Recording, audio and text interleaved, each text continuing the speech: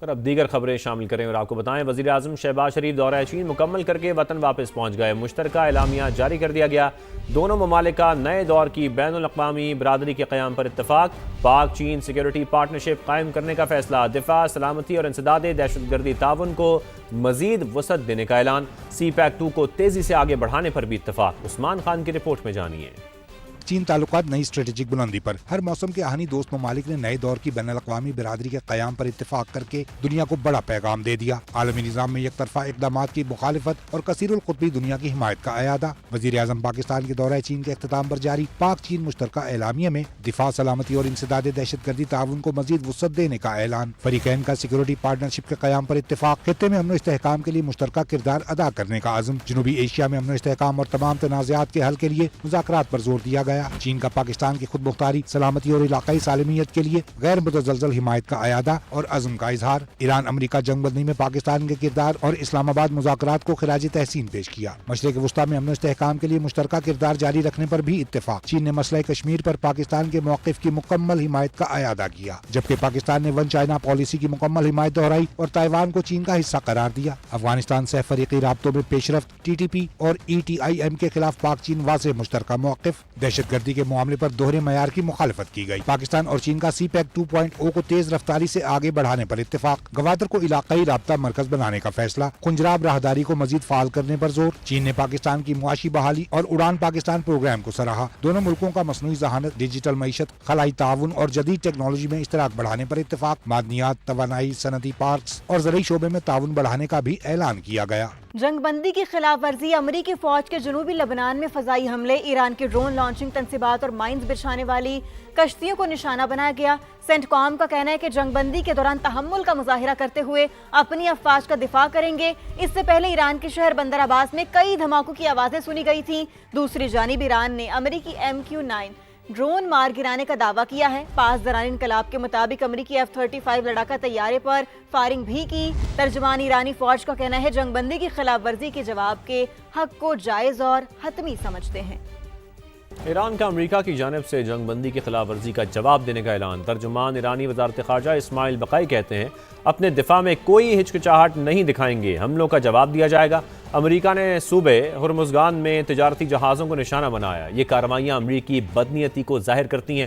ایرانی افواج کے سینئر ترجمان ابو الفضل شکارچی نے کہا دشمن کسی بھی مہم جوئی سے گریز کرے، جنگ مسلط کی گئی تو یہ خطے کی سرحدوں سے باہر پھیل جائے گی۔ ایران ہر صورتحال سے نمٹنے کے لیے تیار ہے۔ امریکہ کو سخت تھپڑ رسید کیا اور دشمن کے اہداف کو ناکام بنا دیا۔ ایرانی رہبر اعلیٰ مجتبیٰ خامنہئی کا حج کے موقع پر پیغام، کہا خطے کی اقوام اور ممالک اب امریکی اڈوں کے لیے ڈھال نہیں بنے گے۔ امریکہ کو اب شر پھیلانے کے لیے محفوظ جگہ نہیں ملے گی۔ دشمن ایران کو ہتھیار ڈالنے کے لیے مجبور کرنے میں ناکام ہوئے۔ اسرائیل خطے کا مہلک سرطان ہے جو زوال کی طرف بڑھ رہا ہے۔ صہیونی حکومت اپنی عمر کے آخری مراحل کے قریب پہنچ چکی۔ مستقبل امت اسلامیہ اور نئی اسلامی تہذیب کا ہے۔ آگے بڑھیں اور آپ کو بتائیں سندھ طاس معاہدے کی یک طرفہ معطلی تسلیم نہیں کرتے۔ بھارت کی جانب سے پانی کو بطور ہتھیار استعمال کرنا کسی بھی صورت قابل قبول نہیں۔ نائب وزیر اعظم اسحاق ڈار کا اقوام متحدہ کی سلامتی کونسل کے مباحثے میں دو ٹوک موقف۔ عالمی قوانین اور معاہدوں کی پاسداری یقینی بنانے پر زور، کہا پاکستان دیرینہ تنازعات کے پرامن حل کا حامی ہے۔ ایران امریکہ کشیدگی کم کرنے کے لیے مخلصانہ کوششیں کی، حمایت پر دوست ممالک کے شکر گزار ہیں۔ Exerted our sincere efforts in facilitating a durable solution that results in lasting peace and stability in the region. Durable peace in South Asia cannot be built on denial, unilateralism, or repression, nor can it coexist with the attempts to hold the Indus Water Treaty in abeyance, a vital framework for water cooperation and regional stability. Water must never be weaponized. Treaties must always be honored, and disputes must be resolved through adherence to the international law. Pakistan reaffirms its unwavering support for the Palestinian people's right to self-determination and to an independent, viable, contiguous state of Palestine based on pre-1967 borders with Al-Quds al-Sharif as its capital. Bharat Sindh طاس معاہدے کی مسلسل خلاف ورزی کر رہا ہے۔ گزشتہ کئی برسوں میں پاکستان کو کئی بار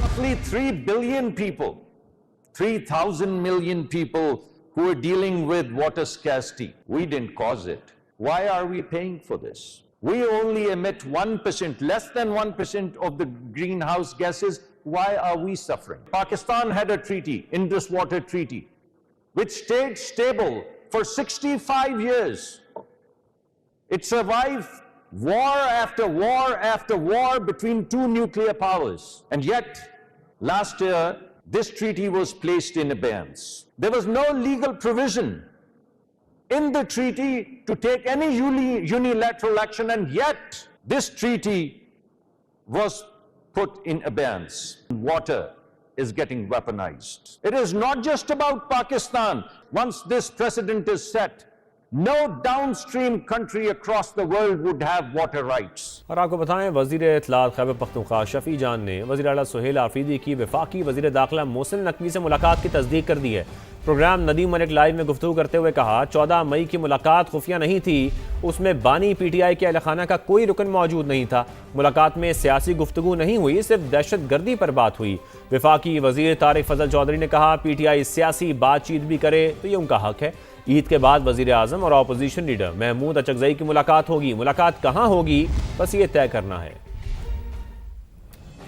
یہ ملاقات جو تھی 14 مئی کو ہوئی تھی، جس طریقے سے اس ملاقات کو پروپیگیٹ کیا گیا ہے وہ نہیں ہونا چاہیے تھا۔ خان صاحب کے فیملی کا کوئی ممبر اس میں موجود نہیں تھا۔ دہشت گردی کی جاری لہر ہے، اس پہ ہی بات چیت ہوئی ہے، کوئی سیاسی گفتگو اس میں نہیں ہوئی۔ اگر ہم ڈیل کے چکر میں ہوتے یا کسی بیک ڈور سے رابطے کرنے کی کوشش کرتے تو ہماری پوزیشن آج چینج ہوتی۔ تو سب سے پہلے یہ بات بڑی تعجب انگیز ہے، دہشت گردی سے متاثرہ صوبے کا وزیر اعلیٰ، وہ اتنی دیر سے کیوں ملاقات ہوئی ہے؟ یہ ملاقات تو آج سے 6 مہینے پہلے ہونی چاہیے تھی اور روٹین اور معمول میں ہونی چاہیے۔